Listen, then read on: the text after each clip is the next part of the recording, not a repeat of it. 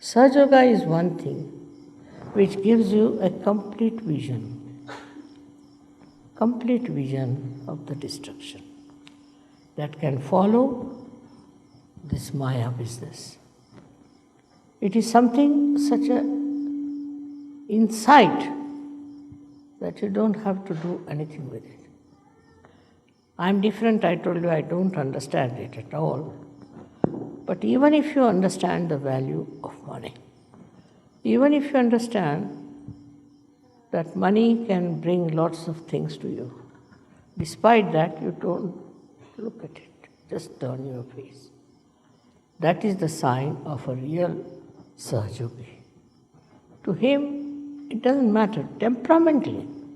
It's not that he does something for that or tells his mind, nothing. Temperamentally, he doesn't care for money, just because he's above it. The one who is above money is a real Sahajogi. The one who is engulfed in the nonsense and the Maya of money is not a Sahajogi. Of course, I have seen most of the Sahajogis are extremely honest, especially in the West. But in India, there's a disease, as you have some here viruses. We have certain viruses in India also. So they still go on running after money. To them, money is important. But in the evolutionary process, if you reach a certain state where you rise above your Nabhi chakra, rise your Nabhi chakra, then money is not so important. It's not so important.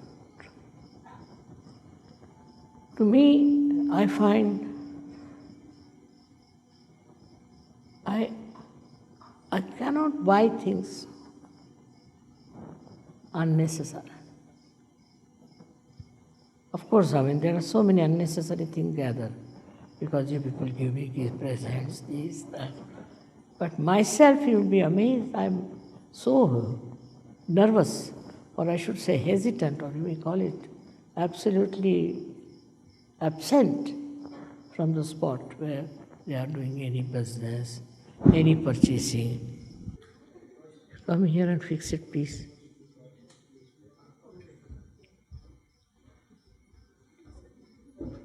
It falls down, so I'm holding on.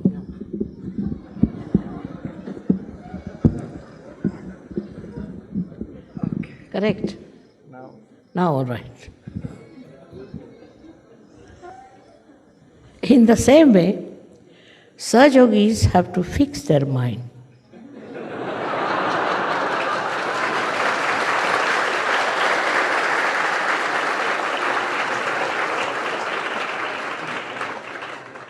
To their spirit and enjoy the powers of pure spirit, your own. That enjoyment, once you get it, you don't fall to your greed. This is something very, very simple. But sometimes you don't do it. You get enamored by something, maybe a car, maybe an aeroplane, I don't know what, whatever it is. It's a headache to have too many cars, isn't it? But people have. They think by that people are impressed and they think no end of themselves or not. Nothing. If they are impressed, what is the use to us? What do we get out of it? Sahajogi has his own spirit to enjoy more than anything else. He doesn't want to possess anything. It's a headache to possess things also. The other side of it is a Mahalakshmi. If that principle is within you, Mahalakshmi principle, you will have never a problem of money. On the contrary, you will know how to stop it. So far, as I am concerned, I get fed up of my Mahalakshmi principle. Because I don't know from where it works out, how it works out. Without any effort. But temperamentally, I have no interest at all. temperament. But it is I don't know what is the cause of this effect. Now supposing I buy some small thing, just like that. It will sell at least 10 times more. It will be of value at least 10 times more. I don't know how. It's very surprising. Automatically, I'll buy something very small and I find it's very expensive. How it works, that must be miracles of Mahalakshmi, I think. So, what I have to tell you is this, that you should not worry about your financial situations at all. Do not go on calculating. Do not see how much money you have in the bank, what you have to do with your money, where you should invest. I have seen people going mad planning the whole thing. There's no need to do that once you are a surgeon. It all works automatically. The greed is within you just like any other disease. As you have diseases, greed is also there. As your diseases can get cured with Sahaja Yoga, your diseases, as much as your greed is, it vanishes. If you don't know what is greed is, the only way to counterbalance is to become extremely generous. If you are extremely generous, greed will run away. That may be another way of doing it. Supposing you get something in your house and you think it is too much. Not to get rid of it, but just to think it's too much, you should give it to someone. You just start thinking, whom can you give? And immediately you'll remember, oh, that person doesn't have this. Let me give him this. And if you give him, he'll be so thankful. And he'll say all kinds of nice things to you, which normally nobody would say to you. Nobody.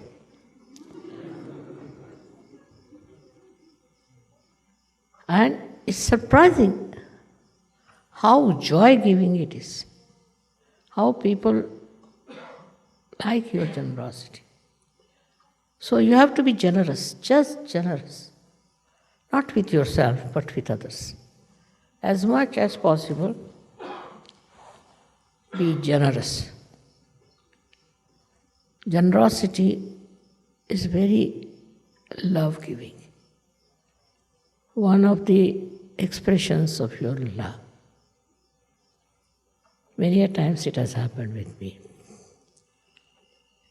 That I saw somebody needed something and kept it in my mind. And I bought that thing and gave it to that person.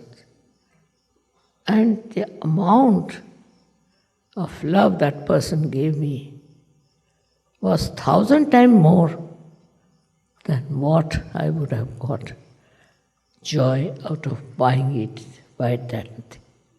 It was so insipid for me, but for him it was. He told so many people, mother gave me this, mother gave me that. I was surprised. Then they asked me, Mother, how did you give him? I said, just out of love. Many people took to Sahaja Yoga thinking what a generosity is. So to be generous is the best way to live in this world. After all, it's a headache to have too many things. Better to get rid of them. But out of love, if you do that, you will know how much they will be appreciative of you. Another thing is to get rid of greed. You should try to do some sort of a collective social work. Supposing you go to some place where lots of poor people are there. I tell you, your greed will just drop. Be amazed how these people are living, in what conditions. Why do I care for all the wealth and everything? That will be just shocking. Sometimes you see people in India also in a very bad condition. Once I went to Calcutta and I was some or other, you see, by chance, I happened to be in places where people were in a very, very great poverty, even the children. And you'll be amazed, for days together I wouldn't eat my food. I was crying and not eating my food. I just didn't know what to do. Because I felt, what is this? Why these people are so poor? And I was helpless, so I was crying. That one day I should try to do something for them. It is really remarkable at a very young age of mine. I started a leper home. I started an infirmary, a refugee home, all kinds of things. And I never even thought that whatever money I have, if I give to these people, I may have to give up some things. I also sold some of my things because so pleasure-giving, I tell you, so pleasure-giving, so joy-giving to be generous. It is so paying in every way that you should be generous. That is the quality of Kubera. He is an extremely generous personality. And that's what personality you should be. So, I've seen that Sahajogis are very generous. So far, nobody has told me that somebody is a miserly fellow. So far. But I'm sure one day will come when we'll have people of very high quality. In Sahajoga, we don't say, like other cults say, that you give up your clothes, you give up your family, you stay in a forest or in a hut or in nothing of that. Don't give up anything. You have to give up from your heart. Just it should happen in your personality. Don't have to give up. And if you have that well built in spirituality, you will not even think of grabbing someone. On the contrary, you would like to give up everything. My father was even worse than me, I should say. He always used to leave the house open, all doors open. He said, no thief will come if you keep the doors closed. So one day a thief came and he took away his gramophone. In the old times, these big horn ones, he took away. The next day my father was sitting very sad. So my mother asked her, why are you sad? Because of the gramophone. No, I'm only sad because it seems he's a connoisseur of music. He has taken the gramophone, but no records. So my mother said, all right, what should we do? Should we advertise in the newspaper that you take away your records? I mean, such a beauty that even after so many years, I'm telling you and you are enjoying. What a beautiful character it was of generosity. But If you force it through religion, through any such ideas, that you give up that, don't have to give up. You give up from within. If you are not attached to it, you have given up. That should be there. And if you all enjoy your generosity and charity, nothing like it. I have known people who are very rich and all that. But they lack generosity. That is another quality of Kubera. He perhaps understands banking, perhaps. That time there were no banks. But I think must be, because the way he manages banks, it seems to me that he's sitting on top of them. And that's why still in the banks there is no problem. I don't know. But he's a very clever person, very intelligent, very alert, which is important if you have to deal with money. Though he was absolutely detached from money.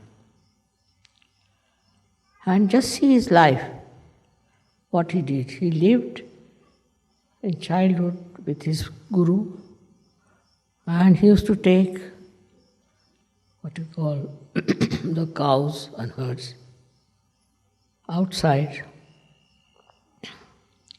in the jungles. That is how he lived in his childhood.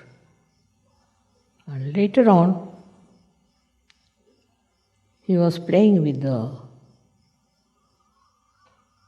boys who were looking after the cows.